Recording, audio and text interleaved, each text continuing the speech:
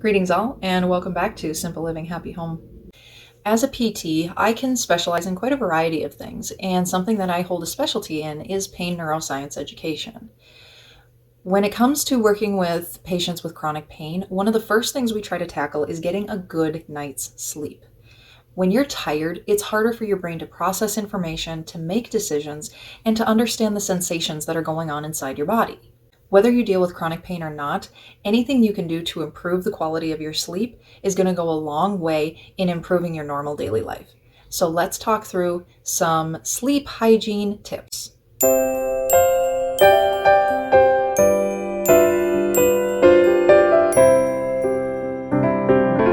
So many people think, I'll sleep when I'm dead, but your quality of life when you don't get good sleep is really negatively affected.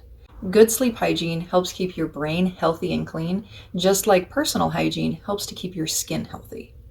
When our brain has the opportunity to get good sleep, it's able to process more information, process information faster, handle stressors easier, process sensory input easier with less overwhelm, have a more thoughtful response to situations, be more patient with frustrations, plan ahead easier, and the list goes on.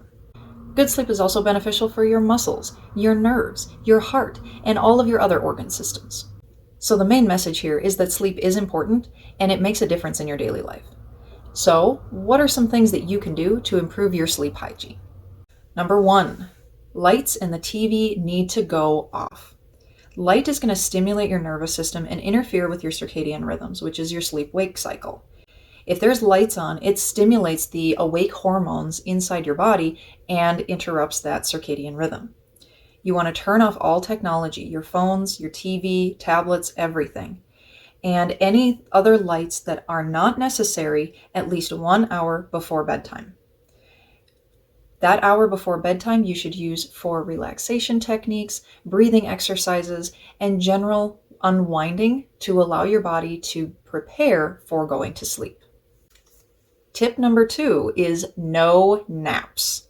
Now, a lot of people don't like this tip, but there's a reason behind it. Studies have shown that taking a nap for more than 20 minutes during the day in adults has a negative effect on your nighttime sleep. If you do feel the need to take a nap, make sure you keep it as a power nap less than 20 minutes so it doesn't interrupt your sleep at night. Number 3 is no caffeine later in the day. It's common knowledge that caffeine is a stimulant. That's why people drink coffee in the mornings to help wake them up. Not only will caffeine keep you awake, but it's also linked to trigger points and tenderness throughout your body. So try not to drink anything that has caffeine after 3 p.m. Tip number 4, do a brain dump or journaling before bed. Turning off your brain to fall asleep can be super hard. So have a notepad or a journal next to your bed to jot down any last minute thoughts or ideas or to-dos, so that way you can let them go on the piece of paper and let them out of your brain and go to sleep. Tip number 5, your room should be cool and dark. Melatonin is the hormone responsible for helping you fall asleep, and melatonin works most effectively when you are in a cool, dark environment. If you need to, you can even use a fan to create that cool environment for you. The ideal sleeping temperature is actually around 68 degrees. Tip number 6, no bed buddies. Specifically, no pets and no kids. The extra movement and body heat from kids or pets can disrupt your sleep and make it harder for you to stay asleep. Tip number 7, no alcohol just before bed. It's kind of a double-edged sword because alcohol can be used as a relaxant. However, it's also a diuretic, so it's going to make you need to use the bathroom, which will disrupt your sleep. It's also been shown to disrupt the later stages of your sleep cycle.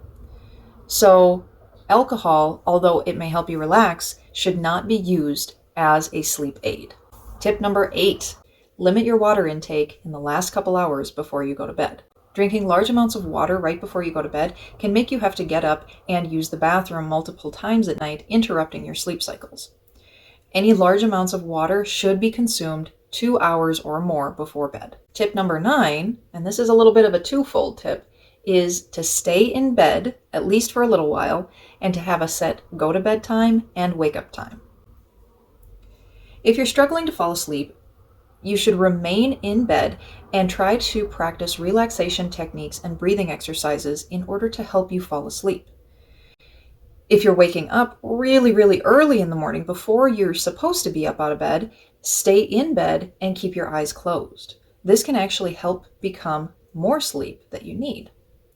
If you're unable to fall asleep after trying relaxation techniques and breathing exercises, then you should get up and leave the room so you don't create this negative association with your bedroom environment. The final tip for sleep hygiene is to exercise.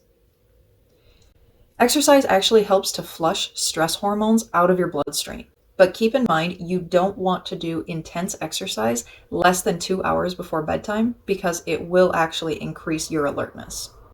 Now, to get any of the benefits and improve your sleep hygiene, you don't have to do all of these tips all at once and change your entire routine. It's actually recommended that you only incorporate one of these sleep hygiene tips each night. Otherwise, you risk changing too many things and actually increasing your stimulation. Also keep in mind that only doing these things for one night isn't going to improve your sleep quality. These are things that need to be practiced consistently and repeatedly in order for your body to get into the rhythm of going to sleep quickly and easily. Having a consistent bedtime routine actually helps to trigger your sleep hormones and your circadian rhythm to start winding you down and getting ready to fall asleep.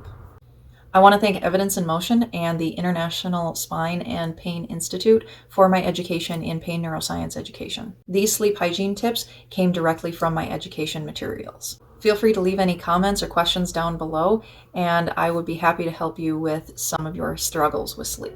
Don't forget to like and subscribe so you don't miss out on anything to come. I'll see you soon.